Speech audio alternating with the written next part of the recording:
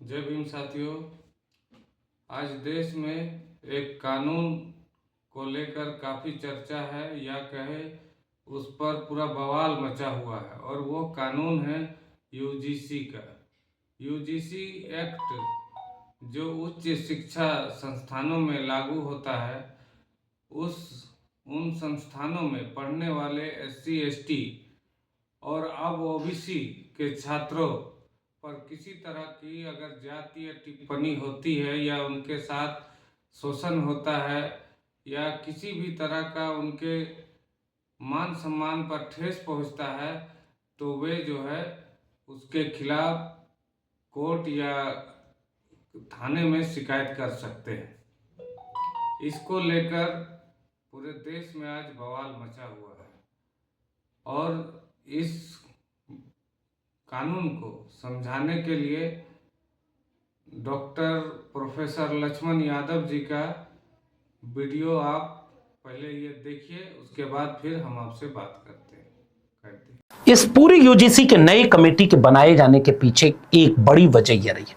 रोहित वेमुला के बाद जो आंदोलन शुरू हुआ, उसके बाद कोर्ट ने निर्देश भी दिया, कोर्ट में मामला चलता रहा, कई तरह की कोशिशें की गई। जैसे कर्नाटक सरकार भी चाहती थी कि रोहित वेमुला एक्ट को लागू करे और किसी भी तरह के कास्ट डिस्क्रिमिनेशन को रोके, और बाद में चल करके सुप्रीम कोर्ट ने कहा कि साल 2012 का यूजीसी का बनाया हुआ इक्वल अपॉर्चुनिटी सेल अब कारगर नहीं रहा, अब इसे नए सिरे से बनाना होगा। और इसीलिए फरवरी 2025 में ड्राफ्ट रेगुलेशन बनाकर यूजीसी ने इसे जारी किया, लेकिन फिर इसे संसदीय समिति शिक्षा को दे दिया गया।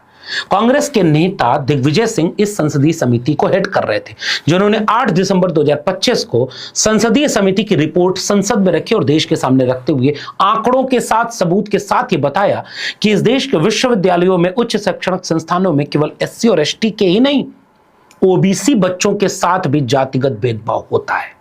यहीं से याद रखिएगा कि विरोध क्यों हो रहा है, एक पॉइंट है। और SC ST OBC के बच्चों के साथ भेदभाव होता ही नहीं, बढ़ रहा है। इसलिए यूजीसी को और सख्त कमेटी बना करके भेदभाव रोक करके समानता और न्याय शैक्षणिक संस्थानों में सुनिश्चित करना पड़ेगा, और कोर्ट ने भी यही निर्देश दिया।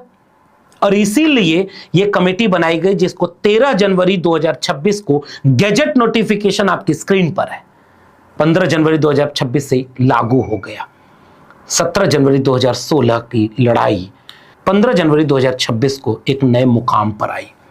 यूजीसी ने निर्देशित किया कि SC ST के साथ अब OBC भी इसमें शामिल होंगे। इसका नाम होगा विश्वविद्यालय अनुदान आयोग उच्च शिक्षा संस्थानों में समता के संवर्धन हेतु विनियम 2026। ये भारत के सभी उच्च शिक्षा संस्थानों पर लागू होंगे। ये आधिकारिक राजपत्र में प्रकाशन की तिथि से प्रभावी होंगे। इसका उद्देश्य है कि धर्म, नस्ल, जाति, लिंग, जन्म स्थान या दिव्यांगता के आधार पर विशेष रूप से अनुसूचित जाति, अनुसूचित जनजाति, सामाजिक एवं शैक्षणिक रूप से पिछड़े वर्गों, आर्थिक रूप से कमजोर वर्गों, दिव्यांगजनों अथवा इनमें से किसी के भी सदस्यों के साथ विरुद्ध भेदभाव का उन्मूलन करना तथा उच्च शिक्षा संस्थानों के हितधारकों के मध्य पूर्ण समता एवं समावेशन को संवर्धित करना, यही है ये प्रावधान। यूजीसी ने कोर्ट और संसदीय समिति के निर्देश पर कमेटी बनाई, और कमेटी का मकसद है कि इस देश के विश्वविद्यालयों और उच्च शिक्षण संस्थानों को जातिगत भेदभाव के बिना एक न्यूट्रल और इक्वल तैयार किया जाए। विरोध शुरू हो गया। पहला विरोध, इसमें OBC को क्यों शामिल कर लिया। मुझे नई किताब जाति जनगणना की मेरी याद आ गई। मैं जब इस पर शोध कर रहा था तो मैंने देखा कि जब इस देश में मंडल कमीशन लागू हो रहा था तो SC और ST के रिजर्वेशन को कुछ हद तक स्वीकार कर लेने वाले चुपचाप दबे जुबान से वे सारे सामान्य वर्ग के लोग मंडल के विरोध में, यानी OBC के विरोध में सड़कों पर उतरे और इन्हीं विश्वविद्यालयों में उतरे। जाति जनगणना किताब भी पढ़िएगा, मन करे तो। अगर आप आरक्षण के विरोधी हैं तो भी पढ़िएगा कि इस देश में होता क्या है। उसमें मैंने बाकायदा शोध करके बताया कि यही लोग कह रहे थे मेरिट की हत्या हो जाएगी। मैं तो आज भी पूछता हूं, आपके विश्वविद्यालय जिनमें आपके रिजर्वेशन नहीं है, वो देश में, दुनिया में कौन सी रैंकिंग पर है? आज भी दिल्ली यूनिवर्सिटी 300 रैंकिंग के बाहर है। 300 तक कोई विश्वविद्यालय नहीं। 1990 में रिजर्वेशन आया हायर एजुकेशन में, उसके पहले ऑक्सफोर्ड, हार्वर्ड और कैम्ब्रिज सब उसके पीछे थे क्या? मजाक है ये। विरोध करना है SC ST OBC, खासकर OBC का। इस प्रावधान का विरोध सामान्य वर्ग यानी जनरल कैटेगरी के लोग ये कह के कह रहे हैं कि इसमें तो आपने यूआर यानी सामान्य वर्ग को शामिल ही नहीं किया, ये तो भेदभाव करने वाला नियम है, ये हमारे बच्चों के भविष्य को बर्बाद कर देगा, ये तो हमारे कैंपस के भीतर जातिवाद कर देगा। अब आप कल्पना करिए, महिलाओं के ऊपर अन्याय, अत्याचार, शोषण, भेदभाव रोकने के लिए देश भर के संस्थानों में वुमेन सेल बनाया जाता है। पुरुष होते हैं क्या? महिलाओं के लिए प्रोटेक्टेड है, तो महिलाओं के लिए बने वुमेन सेल का विरोध पुरुष ये कह के करने लगे कि ये तो भेदभावकारी है, इसमें मर्द कहां है? आपने तो पहले ही मान लिया कि मर्द विलन है, आपने तो पहले ही मान लिया कि मर्द इसमें शामिल नहीं है, कल को महिलाएं इसका दुरुपयोग करेंगी, ब्ला ब्ला ब्ला। इन सारे तर्कों से आप उन वुमेन सेल का विरोध करेंगे क्या? हास्यास्पद है ना, क्योंकि समाज में पुरुष और महिला में जो भेद है उसमें महिला के पक्ष में खड़े होकर आपको नियम बनाना होता है, ताकि जो कंप्लेन भी नहीं कर पाता है, जो बोल भी नहीं पाता है, जो शिकार होता है भेदभाव का, वो बोल पाए और विरोध कर पाए और न्याय मिल सके उसे। तो ये जो कमेटी बनी, इसमें एससी, एसटी, ओबीसी को शामिल किया गया, ये कह के कि इनके साथ जातिगत भेदभाव होता है। अध्यादेश के तीसरे बिंदु यानी परिभाषाओं में तीसरा बिंदु साफ तौर पर लिखा है कि जाति आधारित भेदभाव का अर्थ अनुसूचित जातियों, अनुसूचित जनजातियों एवं अन्य पिछड़े वर्गों के सदस्यों के विरुद्ध केवल जाति या जनजाति के आधार पर भेदभाव है। अब मेरा एक सवाल है कि जाति के आधार पर भेदभाव सामान्य वर्ग यानी जनरल कैटेगरी के साथ कैसे होता है? कोई मुझे समझा दे, क्योंकि पहला विरोध ट्विटर पर जाकर देखिए, वो यही कर रहे हैं कि इसमें तो साहब जनरल है ही नहीं, आपने जनरल को विलन मान लिया और सारे हमारे बच्चों के साथ शोषण हो जाएगा।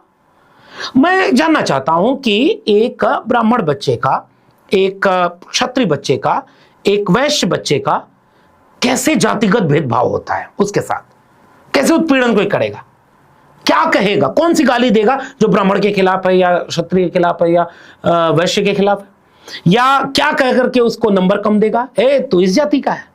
विश्वविद्यालय में आज भी जहां 97% इन्हीं जातियों के लोग प्रोफेसर हैं, प्रिंसिपल हैं, वाइस चांसलर हैं, सारी नौकरी यही दे रहे हैं, सारा एनएफएस यही कर रहे हैं। 99% एनएफएस केवल एससी, एसटी, ओबीसी का होता है।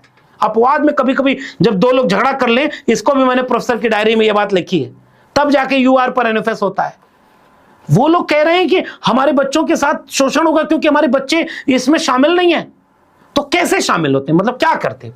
दूसरी बात कि जब ये कहा गया एससी, एसटी, ओबीसी, तो ये भ्रम फैला रहे वे कि अगर ओबीसी बच्चा एससी का भेदभाव करेगा तो इस पर कार्रवाई नहीं होगी। झूठ है ये। एक शेड्यूल कास्ट का, एक शेड्यूल ट्राइब का बच्चा अगर जाके शिकायत करता है कि मेरे साथ ये जातिगत उत्पीड़न हुआ है, तो कमेटी उसकी जांच करेगी, कमेटी उसको न्याय देगी। ये झूठ फैलाया जा रहा है और एससी, एसटी, ओबीसी तो धर्म बचाने में लगा है। साथियों, आपने वीडियो देखा कि कैसे सुप्रीम कोर्ट के आदेश पर यूजीसी को लेकर एक कमेटी बनी और उस कमेटी के अध्यक्ष कांग्रेस के राज्यसभा सांसद और मध्य प्रदेश के पूर्व मुख्यमंत्री दिग्विजय सिंह बने। और दिग्विजय सिंह जी ने जब इसकी रिपोर्ट तैयार की तो यह पाया कि एससी, एसटी और ओबीसी के छात्रों के साथ भी जो है कॉलेजों में जातिगत प्रताड़ना होती है, उनके साथ भी अत्याचार होते हैं। तो आप समझिए कि आखिर यह जो विरोध हो रहा है वो क्यों हो रहा है। आज देश में पढ़ने वाले छात्रों की संख्या स्वर्ण छात्रों की ज़्यादा है, क्योंकि एससी, एसटी के छात्र वहाँ तक पहुँचते पहुँचते काफ़ी संख्या में कम हो जाते हैं, मगर स्वर्ण समाज के लोग ज़्यादा रहते हैं और वे बढ़ चढ़कर इसका जो है दलित छात्रों पर शोषण करने का काम करते हैं। आपने देखा होगा रोहित वेमुला